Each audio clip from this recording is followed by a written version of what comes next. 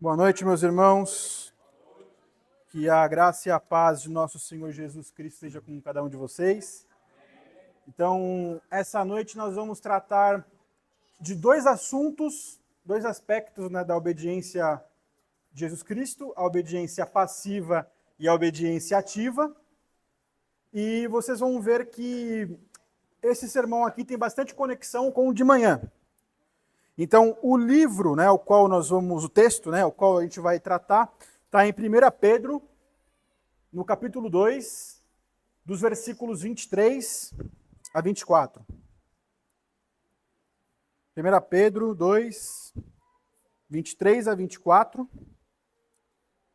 A palavrinha para as crianças é sofrimento, e o título desse sermão é O exemplo de Cristo em meio ao sofrimento.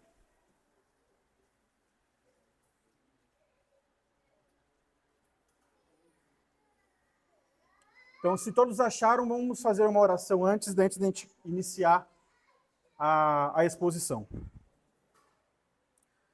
Senhor Deus e Pai, obrigado, Senhor, por estarmos aqui reunidos, por termos este privilégio em Jesus Cristo, ao qual o Senhor perdoou os nossos pecados e nos deu vida nele, e agora nós temos a oportunidade de ouvir a sua palavra.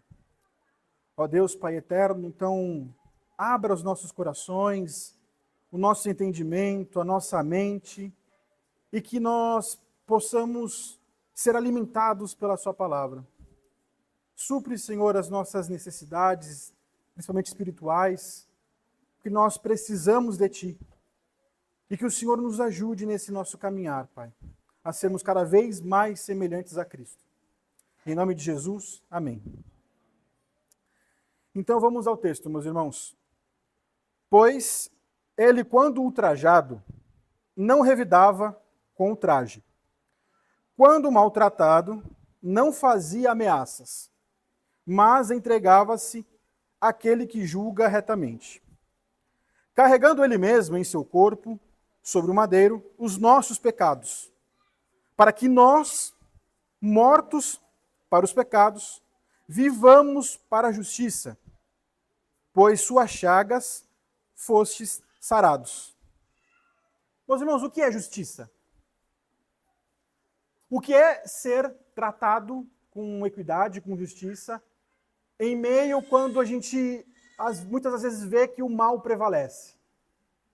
Quando a gente olha para o lado e vê os bons, aqueles que fizeram algo bom são humilhados, e aquele que fez o mal, ele é próspero em sua vida. Então, a gente vive em um mundo, que essa injustiça, ela é bastante escancarada, esse pecado, No caso, a corrupção, no caso, a violência, a traição, opressão. Então, todas essas perguntas, elas estão na mente do homem desde sempre. E pessoas, elas são caluniadas, elas são destruídas por conta disso. Por falsas mentiras, por um falso testemunho, pelo sofrimento que acontece, por essa injustiça. Então a gente acaba se perguntando, onde que está a justiça? E quando acontece com nós essa injustiça? Quando atinge a nós pessoalmente, quando somos nós o que somos maltratados, que somos insultados cruelmente, quando nós somos desprezados sem ter feito nada para merecer isso. Qual que é o nosso instinto quando a gente age, quando a gente está nessa situação? O nosso instinto pecaminoso é de querer revidar, é de querer pagar com a mesma moeda. Então esse instinto, clama por essa resposta e por essa defesa, por uma vingança, por um caminho de guerra. A gente quer que o outro sinta a dor que nós sentimos também. Então, a gente quer que aquele que nos feriu, ele sinta essa dor, que o culpado pague. Não é assim que a gente quer? Mas será que aqui a gente vai conseguir ter, talvez algum dia, algum tribunal que a justiça de fato ela não seja falha? Ou que todas as feridas, as perdas, elas serão restauradas? Então, é aqui que entra essa carta de 1 Pedro. Então, antes da gente fazer a exposição, trazer só um pouquinho de contexto para a gente poder entender o significado desses dois versículos que a gente leu. Então, 1 Pedro é uma carta que Pedro ele é o apóstolo da esperança. Então, ele fez essa carta direcionada a cristãos que estavam sendo perseguidos. Então, eles eram perseguidos, maltratados, torturados, porque eles seguiam a Jesus Cristo e também porque eles tinham a fama de que eles tinham incendiado Roma. Nero que incendiou e colocou a culpa neles. Então, era uma pressão ainda maior. E aí, para ser ainda mais específico, nesse capítulo 2 aqui, a gente vai ver desde o versículo 18. 18, 19, 20, 21, 22, para a gente poder entender. Então, no versículo 22, Pedro, ele direciona essa fala para os servos. E ele fala que eles deveriam ser submissos aos seus senhores, mesmo que eles fossem bons ou eram até que bonzinhos, assim, mas aqueles que fossem cruéis com eles. Que eles também deveriam ser submissos a isso. No versículo 19, vai falar que Deus se agrada quando a gente suporta as injustiças. Com paciência. Porque a nossa consciência está com Deus. O nosso coração, a nossa mente está voltada para Deus. Então, no versículo 20, Pedro, ele vai remeter a uma fala de Jesus Cristo, mas só que ele muda essa ordem, e ele vai falar que não há mérito em sofrer por pecados próprios. Porque se a gente pecou, obviamente a gente vai arcar com aquilo. Mas se você está sofrendo injustamente, por algo que você fez de bom, isso é de Deus se agrada com isso, com essa paciência. Tem honra nisso, tem glória nisso. E no versículo 21, ele vai falar que nós somos chamados a seguir o exemplo de Jesus Cristo. Nesse sentido. De suportar o sofrimento. E no versículo 22, ele vai falar que Cristo nunca pecou, ele nunca enganou, e ele é esse modelo perfeito. E aí que entra os versículos 23 e 24 que nós lemos. Então, como eu falei, todos eles passavam por essas dificuldades, por essa perseguição, por esse sofrimento, e como que eles reagiam a isso, a essa situação? Qual que era a esperança deles? Por isso que é tão importante essa carta de Paulo. Então, hoje, meus irmãos, nós vamos olhar para esse texto aqui e nós somos confrontados a uma realidade que nós vivemos em um mundo de pecadores que provocam essa injustiça e nós também, muitas das vezes, provocamos também essa injustiça, onde, como eu falei, algumas pessoas ali, elas sofrem, os inocentes, em algumas situações, a justiça, ela falha, e como que nós devemos lidar com esse sofrimento, com essa situação? Então nós vamos ver isso nesse sermão aqui. Então a nossa afirmação teológica desse texto é: Cristo, em seu exemplo de vida e morte, revelou o caminho perfeito da obediência e da confiança em Deus, em meio ao sofrimento, suportando o mal e a injustiça sem pecado, levando sobre si os pecados do seu povo e garantindo a justiça final por meio da cruz. Então nós vamos ver 4 respostas de Jesus Cristo, que é o que nós devemos responder nessa situação. Então, está dividido em 4 partes. A primeira parte é a resposta para o mal, 23a. A segunda parte é a resposta para a injustiça, 22b. A resposta para o pecado, 24a. E a resposta para a justiça, 24b. Então vamos para a exposição do primeiro ponto. Pois ele, quando ultrajado, não revidava com o traje. Quando maltratado, não fazia ameaças. Então essa parte aqui é uma das mais profundas da carta de Pedro. Porque ele vai falar desse coração, da obediência perfeita de Jesus Cristo. Então, aqui o apóstolo, ele apresenta essa característica notável de Jesus Cristo, como ele responde ao mal. Nós sabemos que ele foi caluniado, ele foi insultado, ele foi zombado, e ele nem sequer, ele contra-atacou, ele não revidou, poderia fazer, sendo Deus, mas ele escolheu o caminho da humildade. E obediência ao Pai. Então, essa palavra aqui, o sentido de ultrajado, é um sentido de ser xingado, um sentido de ataque verbal, de desonra. Então, ou seja, que nem eu falei, todo o ministério de Jesus Cristo, ele sofreu isso. Essa desonra, ele sofreu esses xingamentos, essas afrontas verbalmente, sobretudo horas antes da sua crucificação. Então, quando ele foi levado para o Sinédrio, ele foi zombado. Para Pilatos, foi zombado. Na crucificação, foi zombado. E ele foi cuspido, ele foi ridicularizado, e ele não fez nada. Ele não revidou. Então, Jesus Cristo, ele permaneceu em silêncio.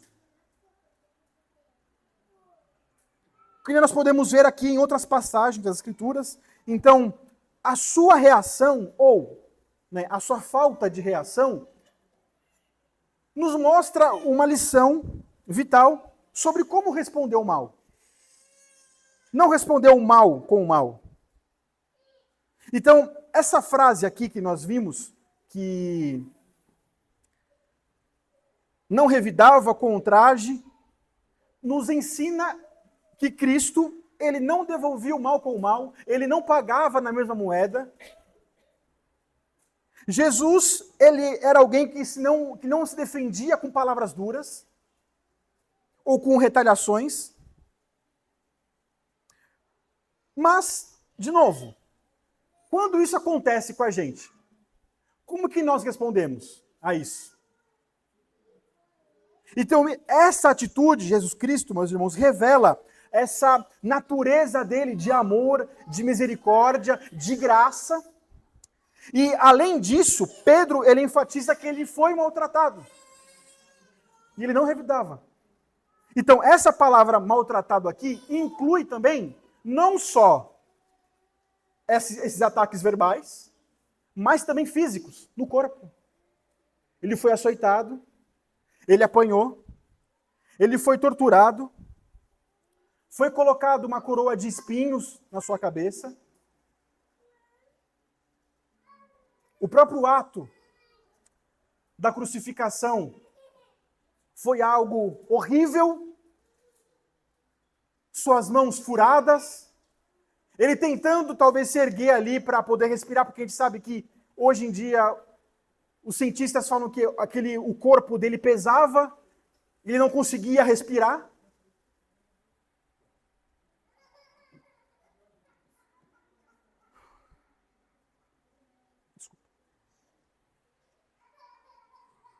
Mas o que ele fez? O que ele respondeu a isso? Pai, perdoa-lhes. Eles não sabem o que fazem. Essa é a verdadeira resposta do Evangelho. Em não revidar, mas perdoar. E não buscar a justiça própria, mas confiar em Deus que Ele tem a justiça na mão dele. Então, aqui diz que ele não fazia ameaças. Isso também revela que Cristo, como foi falado, ele tinha a capacidade, o poder de dar um ponto final daquilo, de acabar com aquilo, mas ele não fez, ele tinha poder, ele tinha os meios para aquilo, ele era Deus, Mas ele não quis, ele quis seguir a vontade do Pai. Ele também tinha confiança do Pai, porque ele sabia que tudo aquilo que ia passar tinha um propósito maior. Ele sabia que tudo ia ser restaurado. Em vez disso, então, ele busca um caminho de paz, um caminho de reconciliação, um caminho de perdão. Então, meus irmãos, é importante notar que a razão pela qual Cristo, ele não fez essas coisas, não é meramente porque ele era puro moralmente, mas porque ele tinha uma confiança total do Pai. E nós vamos ver isso com mais detalhe no ponto 2. Então ele sabia que no final de tudo, Deus julgaria com justiça a causa dele. E ele não quis se defender, não quis ser visto como inocente, ele ficou calado, em silêncio. E o seu objetivo era cumprir a vontade do Pai, que incluía essa injustiça, esse sofrimento, para que nós pudéssemos ser redimidos. Então, esse versículo, meus irmãos, eles nos desafia a refletir como que nós reagimos a esses insultos, a esses maltratos que nós sofremos. Nós somos muito rápidos em revidar. Nós somos muito rápidos em querer buscar a via de guerra. Então, Cristo, ele nos chama a uma vida de paciência, a uma vida de confiança em Deus. Então, essa resposta de Cristo diante do mal não foi uma demonstração de fraqueza, mas foi de força. Por quantos de nós, em situações que não é nem parecida com isso, a gente quer revidar, e a gente não fica calado? Então ele demonstrou que a verdadeira força está nessa capacidade de não querer se defender, de buscar uma via de confronto, mas de confiar em Deus. O Evangelho, meus irmãos, nos chama a viver de maneira totalmente diferente do mundo. O que o mundo fala para nós? Né? Então o exemplo de Cristo nos ensina que a resposta do mal, ela não deve ser assim, agir da mesma maneira, mas com paciência, com confiança em Deus, mostrando esse caráter transformado pelo Evangelho. Então aqui, meus irmãos, a gente pode entender também a obediência ativa de Jesus Cristo. Ele cumpriu a lei de Deus aqui também. E trazendo para o nosso contexto, esse trecho, esse versículo, ele é bastante profundo. Para todos nós que buscamos viver semelhantes a Jesus Cristo. Porque quando nós somos insultados, maltratados, injustiçados, existe uma tentação forte nossa, que eu falei, de responder com raiva, de responder com vingança, de responder na mesma moeda, de ter a justiça própria.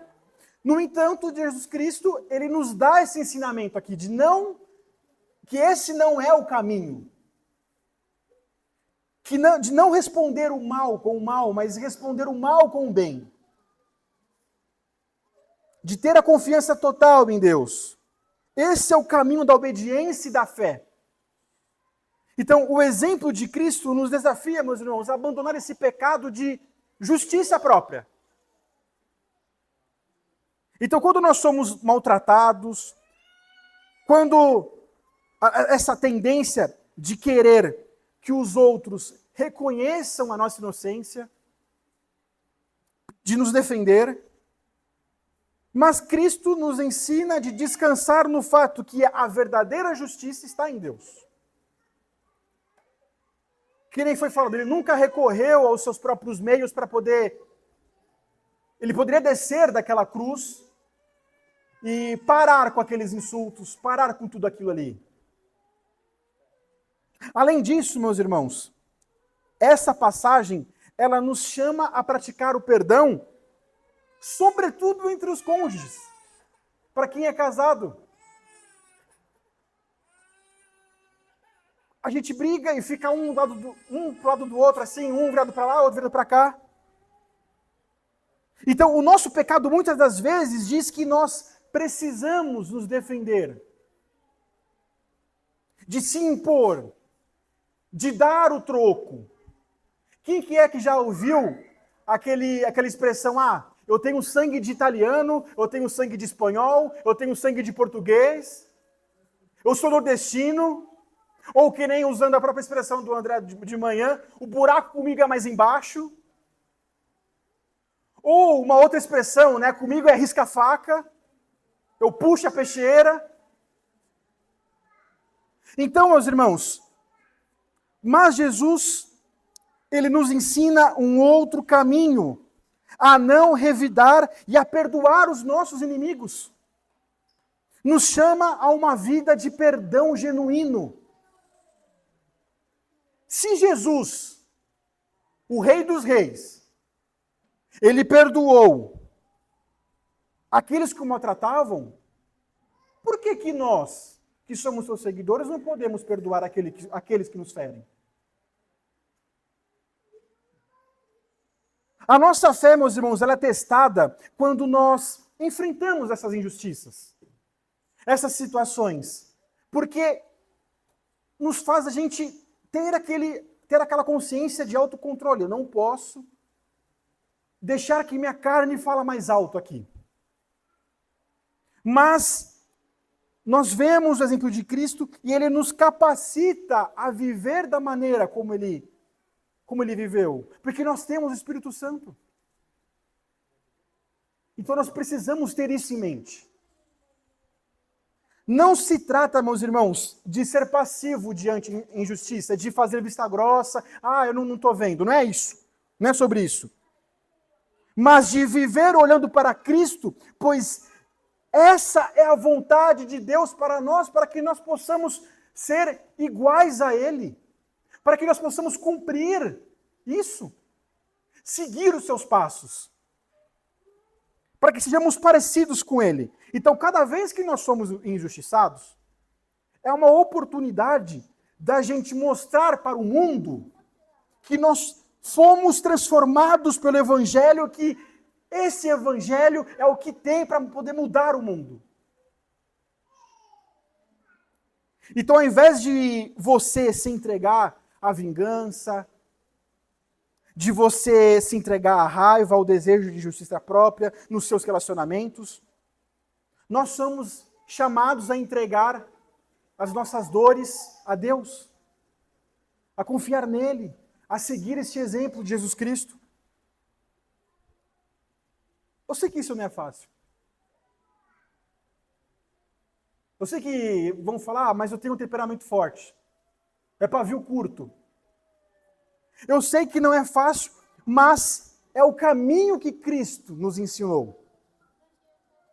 É por meio dessa obediência que nós mostramos para o mundo o poder transformador do Evangelho. Vamos para o ponto 2. Resposta para a injustiça. 23b. Mas entregava-se àquele que julga retamente. Então, o que nós vimos no ponto A? Jesus Cristo, em meio a tudo aquilo ali, ele não revidava, ele não respondia da mesma maneira, do mesmo modo, mas ele se entregava àquele que julga retamente. Então, essa frase aqui, que nem foi falado, não é uma questão de passividade, não era isso. É aqui que nós vamos trabalhar essa questão da confiança em Deus, porque ele confiava em Deus. Ele tinha plena consciência daquilo que o Pai prometeu a ele. E nós devemos ter a plena consciência daquilo que Cristo prometeu a nós. Que aqui no caso, ele confiava nessa plena justiça de Deus como o juiz justo e supremo. Então ele se entregou à soberania de Deus. Ele confiava nisso. Então Cristo, diante das injustiças, diante do que ele sofreu, ele não usou da sua autoridade para poder se vingar, para proferir ameaças, Mas ele resolveu se submeter à vontade do Pai, sem recorrer a tudo aquilo que ele tinha de autoridade como Deus Filho, a segunda pessoa da Trindade.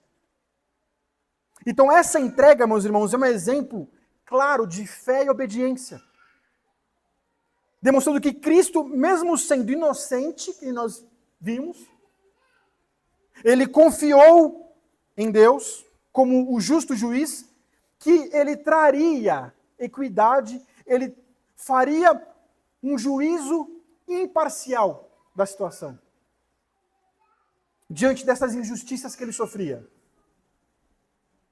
Então, quando Pedro ele escreve aqui que Cristo ele se entregava àquele que julga retamente, ele está apontando para o caráter imutável de Deus, como, de novo, o justo juiz.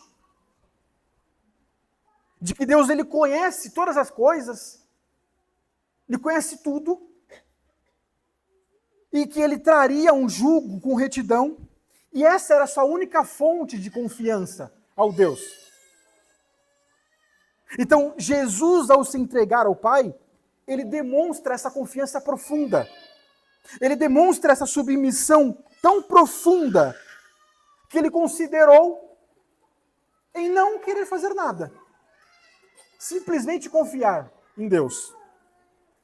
Sem colocar os seus interesses na frente. Também, meus irmãos, revela que a justiça de Deus ela não é apressada. Deus ele poderia vir com tudo, com fogo e consumir tudo. Mas a justiça de Deus veio depois, no ano 70.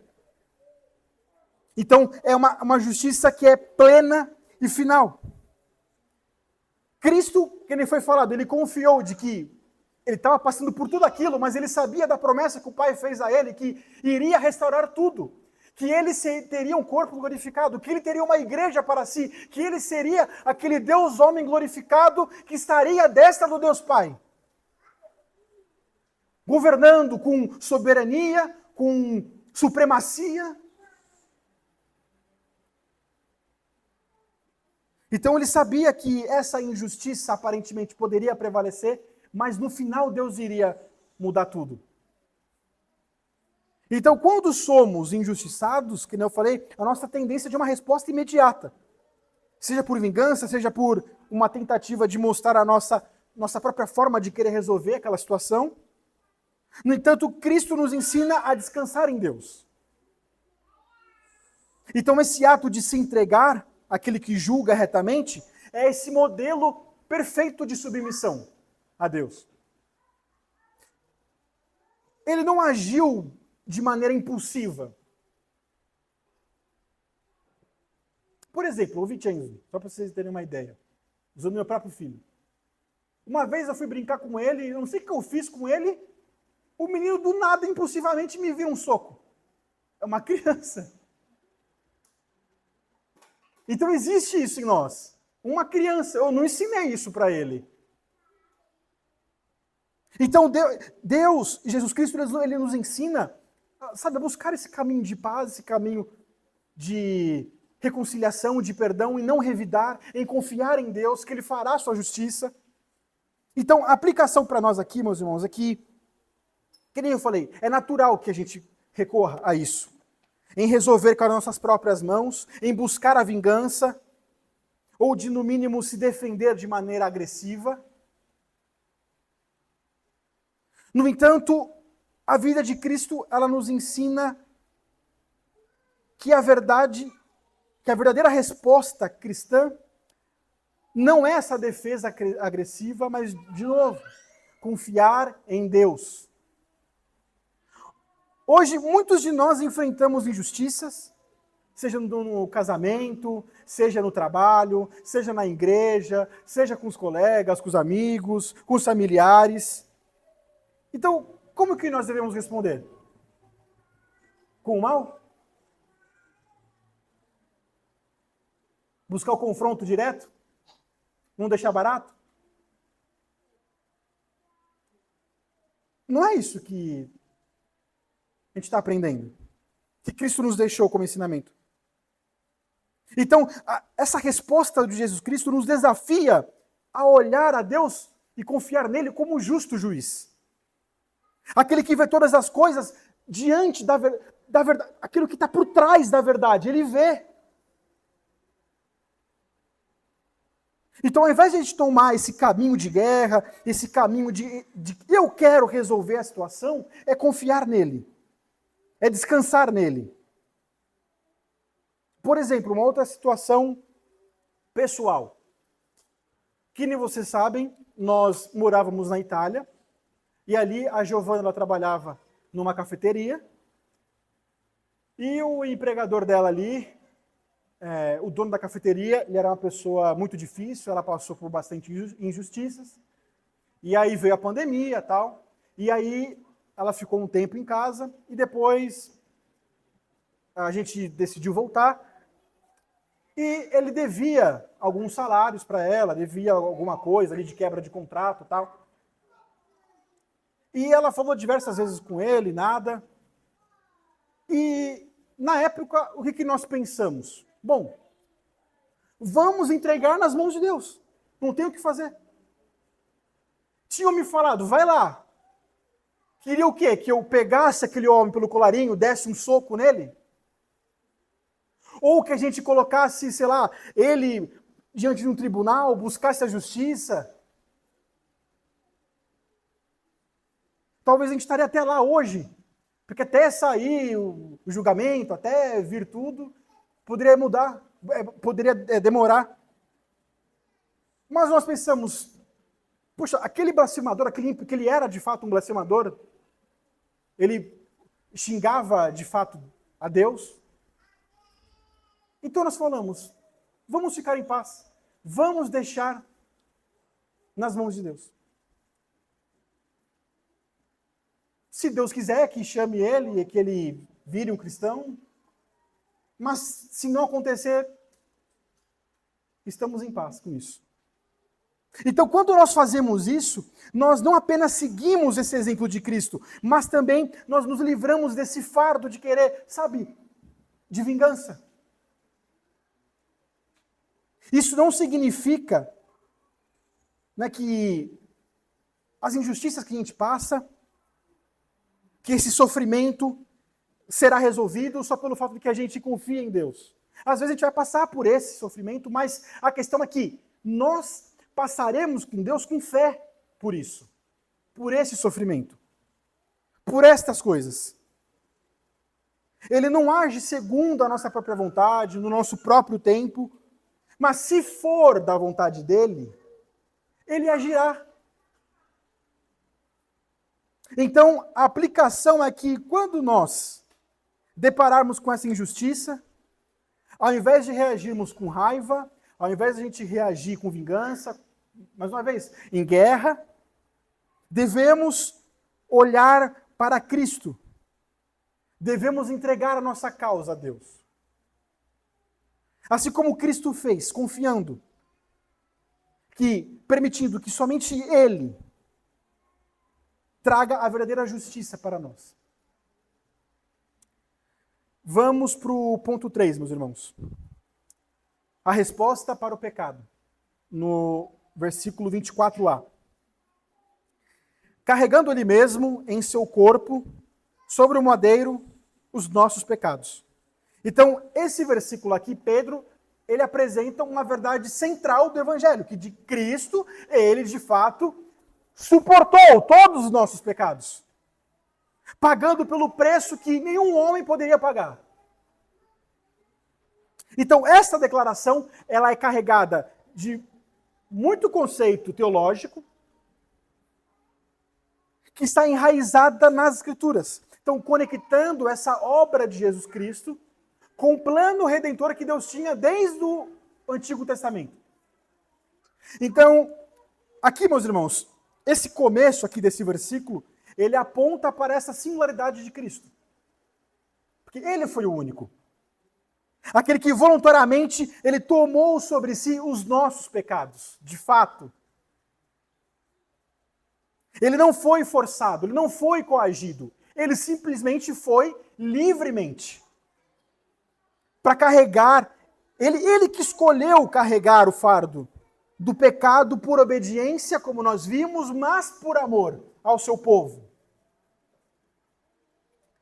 Então aqui, meus irmãos, nós vemos o cumprimento de Isaías 53, dos versículos 4 a 6, onde o profeta ele descreve aqui o servo sofredor, onde levou as nossas enfermidades, ele carregou as nossas dores.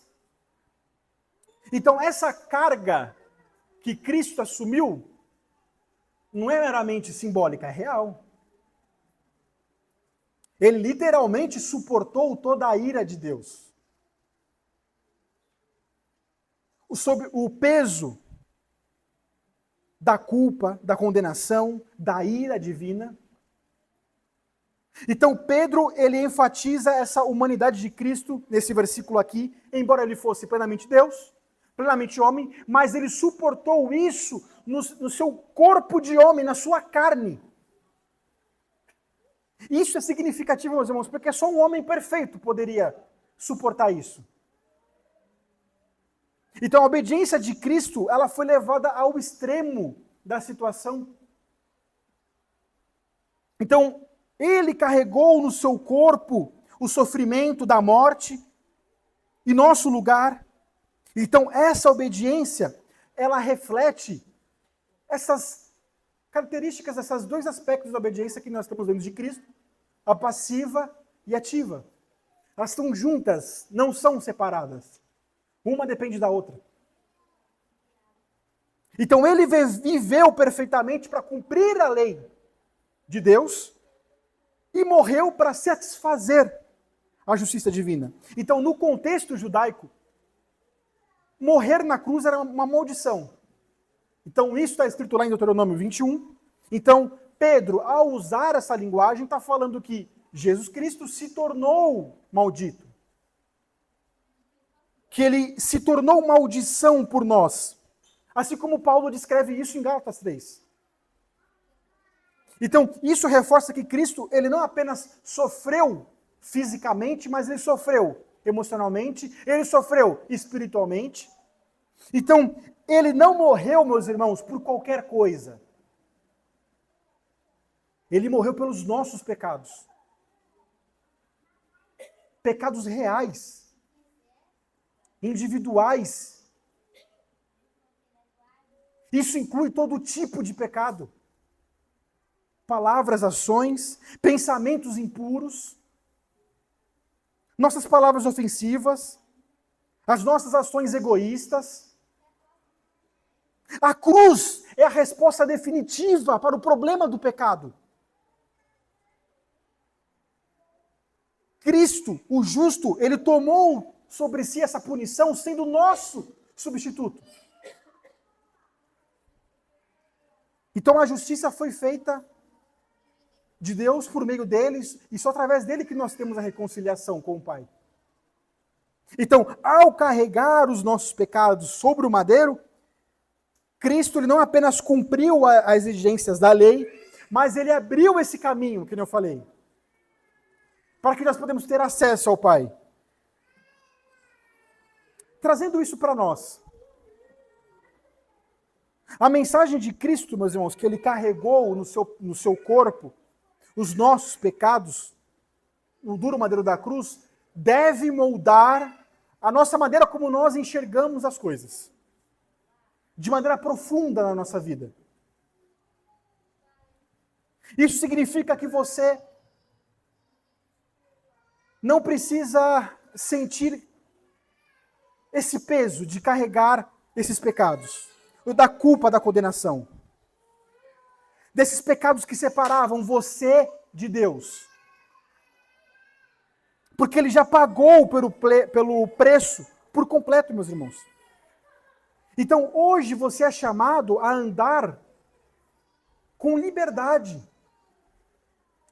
Você não tem mais essa condenação. Você não é mais escravo do pecado. Então, quando a culpa ela tentar invadir o seu coração, lembre-se disso. Cristo já pagou, já levou esse fardo por você. Então, além disso, meus irmãos, saber que Cristo ele suportou os nossos pecados ali na cruz, é que nem o André falou hoje de manhã, é trazer um senso de responsabilidade para nós. Então, presta atenção nisso. Se Cristo, ele enfrentou tanto por você, como que você pode continuar abraçando por aquilo que colocou ele na cruz? Nós somos chamados também a odiar o pecado, a buscar cada vez mais as boas obras em Cristo.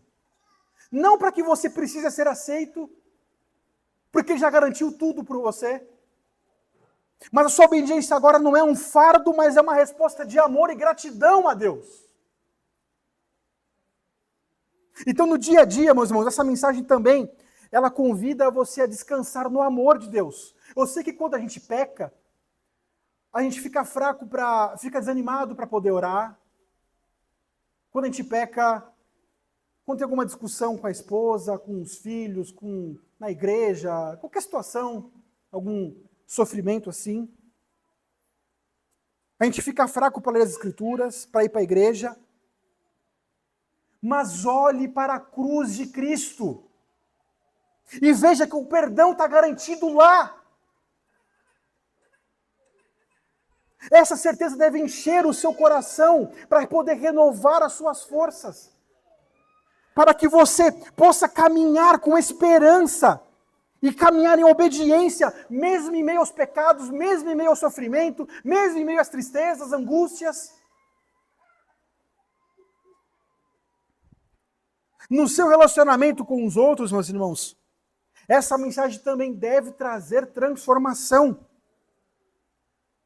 Quando você medita sobre o peso da cruz, que Cristo ele carregou, como que a gente pode não de dar perdão ao próximo? Em não perdoar o próximo? Como que a gente ainda guarda rancor, nutre a amargura? Então você é chamado a perdoar como você foi perdoado.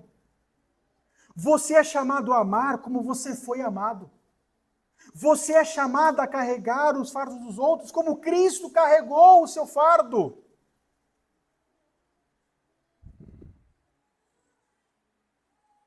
Isso significa, meus irmãos, buscar a reconciliação, buscar a paz, buscar a compaixão. Isso é um reflexo da graça que Deus nos concedeu por meio dele. Então, a obra de Cristo ela deve moldar a forma como a gente enxerga os outros. Então, meus irmãos, prestem atenção. Não há lugar para amargura ou vingança para um coração que entende o peso da cruz. Que ao olhar para o sacrifício de Cristo, meus irmãos, você possa encontrar força para perdoar, para poder viver, para amar e poder viver como alguém que foi transformado por este evangelho. Transformado por esse tão grande amor que nós recebemos dele. Vamos para o ponto 4. Resposta para a justiça. 24b. Para que nós, mortos para os pecados, vivamos para a justiça. Por suas chagas, fostes sarados. Então aqui o apóstolo Pedro, ele está falando, está conectando o sacrifício de Jesus Cristo ao chamar a essa vida de santidade, de justiça. Mostrando que Cristo, aqui a morte e a ressurreição de Cristo, ela não apenas remove essa culpa do pecado, da condenação, mas só que ele também nos chama a andar com ele em justiça. Para que nós possamos viver de uma maneira que glorifique a Deus. Então, essa passagem, ela está repleta de implicações práticas para nós. Então, aqui fala de uma realidade espiritual que acontece quando nós somos regenerados. Então, morrer para o pecado significa que, por meio da união com Cristo, o poder do pecado foi quebrado em nós. Nós não somos escravos do pecado. O pecado não tem poder em nós. O domínio do pecado foi desfeito aos crentes. Isso não significa que a gente não está ausente dele. Não é isso. A gente ainda tem que acabar lidando com ele. Mas é que ele não reina em nossas vidas. Então, a morte e a ressurreição de Jesus Cristo é esse elemento essencial para nós, para que nós possamos entender que nós somos chamados para a santificação. Ele não apenas nos libertou do pecado, mas nos chama para viver essa vida dedicada à justiça.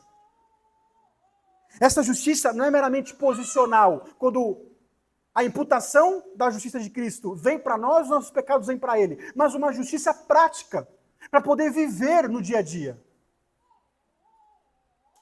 Então Pedro, ele aponta para essa transformação completa do cristão, da sua mente, do seu coração, do seu comportamento. Então essa vida de justiça, ela não é alcançada por esforço humano, mas pela força que vem dele. Então, vemos, meus irmãos, claramente aqui a citação direta de Isaías 53:5, que destaca o preço que Cristo pagou para trazermos nós de volta a Deus. Então, as feridas aqui se referem a esse sofrimento que ele teve. Esse sofrimento emocional, esse sofrimento espiritual. Então, antes de Cristo, estávamos mortos espiritualmente, não conseguíamos fazer nada para agradar a Deus, estávamos alienados a isso, mas por meio da sua morte e ressurreição, nós somos reconciliados. Então, essa cura nos torna aptos a poder viver e cumprir ao propósito que nós somos redimidos. Para viver para a glória de Deus, para sermos parecidos com Cristo. Então, essa passagem, meus irmãos, ela aponta para essa conexão inseparável da justificação e da santificação. Então, nós fomos declarados justos por meio da obra de Cristo, justificação, mas também somos chamados a viver para a justiça, santificação. Então, essas duas estão intrinsecamente ligadas. Não tem como você exigir os benefícios da obra de Cristo sem você abraçar tudo aquilo que vem depois, esse chamado de viver a vontade de Deus. Então, essa resposta para a justiça não é apenas um conceito teológico, mais uma vez, é uma implicação prática para nós nos nossos dias a dias, no nosso dia a dia. Então, aplicação para nós aqui. Saber que nós estamos mortos para os nossos pecados significa que o pecado ele não define mais quem você é. Isso é especialmente relevante para nós, meus irmãos, nos momentos que a gente sente pressão, nos momentos que a gente sente tentados a pecar, a cair na tentação. Você não é mais escravo desses impulsos, mas agora, pelo poder da cruz, você pode dizer não ao pecado e sim à santificação. Esse chamado, meus irmãos, para viver para essa justiça, ela molda as nossas decisões diárias, desde as grandes até mesmo aquelas pequenas. Você deve se perguntar, isso glorifica a Deus? Isso reflete a justiça pela qual Cristo morreu para me capacitar a viver para Ele? Seja no ambiente de trabalho, casa, tudo. Nós devemos refletir essa transformação que nós tivemos em Jesus Cristo. Essa verdade, meus irmãos, também ela deve influenciar como que você se relaciona com os outros. Então, saber que Cristo, Ele carregou os nossos pecados e nos chama para viver essa justiça, significa que agora nós somos instrumentos para poder refletir essa graça, para poder refletir esse amor ao mundo que carece de tudo isso. Então isso se aplica quando você precisa perdoar alguém que te ofendeu de maneira injusta. Assim como Cristo sofreu, teve misericórdia de você, que você também precisa ter misericórdia da outra pessoa, compaixão da outra pessoa. Mesmo que seja uma situação difícil. Viver para a justiça, meus irmãos, exige que você tenha uma visão, uma perspectiva na sua frente, nos seus olhos, eterna, das promessas que Deus fez para nós. Eu sei que quando muitas vezes os problemas, eles parecem tão esmagadores, nosso dia é tão, cansativo, é cheio de coisa para fazer, cheio de problema para resolver, é tanto sofrimento, mas nós devemos nos lembrar que Cristo, ele garantiu a nossa redenção e ele garantiu um futuro glorioso para nós. Isso não significa, como eu falei, que os nossos problemas vão desaparecer assim. Mas significa que nós vamos passar com fé com Ele, que Ele está conosco. O sacrifício de Cristo é um lembrete constante, meus irmãos, de que, mesmo em meio à dor, nós temos esperança nele, propósito, força para poder seguir em frente para a glória de Deus, para o propósito que Ele nos redimiu. Vamos para considerações finais e conclusão. Aqui nós vemos claramente, meus irmãos, que Cristo ele teve essa obediência ativa, também a obediência passiva. Obviamente, nesse versículo 23, ele não é que ele cumpriu todos os 10 mandamentos, ele cumpriu alguns ali, mas ao longo da sua vida ele cumpriu toda a lei. Então, nessa parte aqui, mostra que ele cumpriu ali aquele não matarás, ele não buscou vingança, não darás falso testemunho contra o teu próximo, ele não revidou verbalmente, ele amou a Deus de tal forma, com toda a sua força, com todo o seu entendimento, com todo o seu coração, com toda a sua alma, que ele cumpriu a vontade de Deus ao extremo. Ele cumpriu aquele mandamento que ele falou, né? De amarás o teu próximo como a ti mesmo. Então, ou seja, ele cumpriu aqueles 2 mandamentos que ele falou, que ele sintetizou os 10 mandamentos, na verdade. Amar a Deus e amar o próximo. Também nós vemos aqui a obediência passiva, também atuando. Ele voluntariamente, ele quis sofrer em nosso lugar. E por que ele fez isso? Por obediência e por amor. Por amor a você. Porque era você que era para estar lá no lugar dele. Assim como já foi falado, meus irmãos, uma vez numa reunião de oração. Imagina você sentindo aqueles pregos furando as suas mãos, os seus pés. Imagina você sendo açoitado, o seu corpo inteiro, aquelas feridas abertas. Imagina você sendo caluniado, zombado, injustiçado e deixado só, porque ninguém estava com você. Imagina você sendo colocado uma coroa de espinho na sua cabeça, cravando ainda mais dor. Imagina você nu, exposto à vergonha, para todo mundo ver. Imagina você sendo levado à exaustão por tanto de açoitamento, pela tortura que levou ao corpo.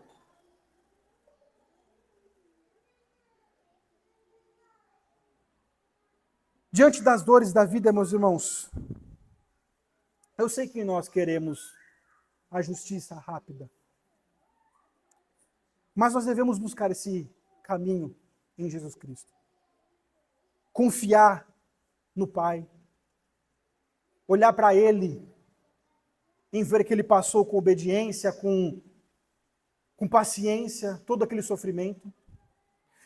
Eu sei que isso pode parecer difícil, porque o nosso ímpeto pecaminoso quer que a gente não deixe barato as injustiças, mas a resposta está em Cristo.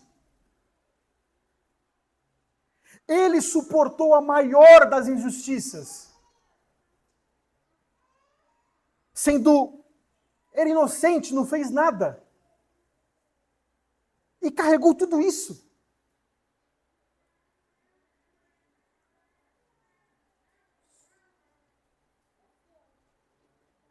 Mas o mais glorioso é que ele ressuscitou. Cumpriu tudo. Ele sabia que o Pai ia dar tudo para ele. Uma coroa. E ele fez promessa para a sua igreja. Ele está intercedendo por nós como nosso advogado. Com glória, com poder, com soberania. Deus ele não ignora os nossos sofrimentos.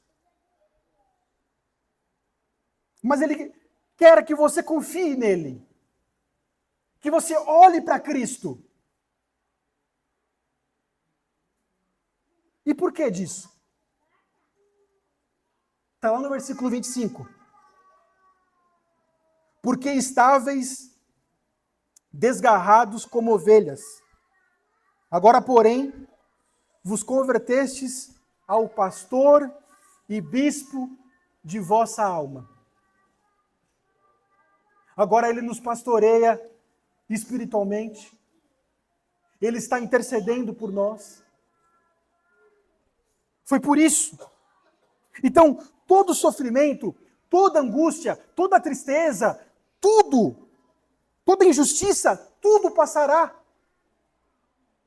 A vida é só um momento, meus irmãos. Nós devemos olhar com essa perspectiva para o futuro, olhar para a redenção em Cristo, olhar para as promessas que Ele fez, ter a esperança que existe em Cristo no futuro glorioso, que nos espera, suportando o sofrimento com paciência.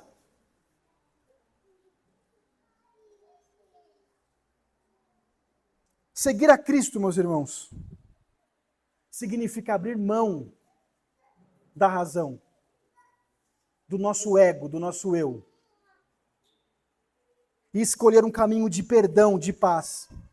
A cruz é a maior prova de amor que Cristo ele garante e transforma toda a injustiça em bem. Que nós possamos nos achegar, meus irmãos, à mesa do Senhor com isso em mente, remoendo esse exemplo de Jesus Cristo, respondendo o mal com o bem e confiando no justo juiz. Que Deus os abençoe.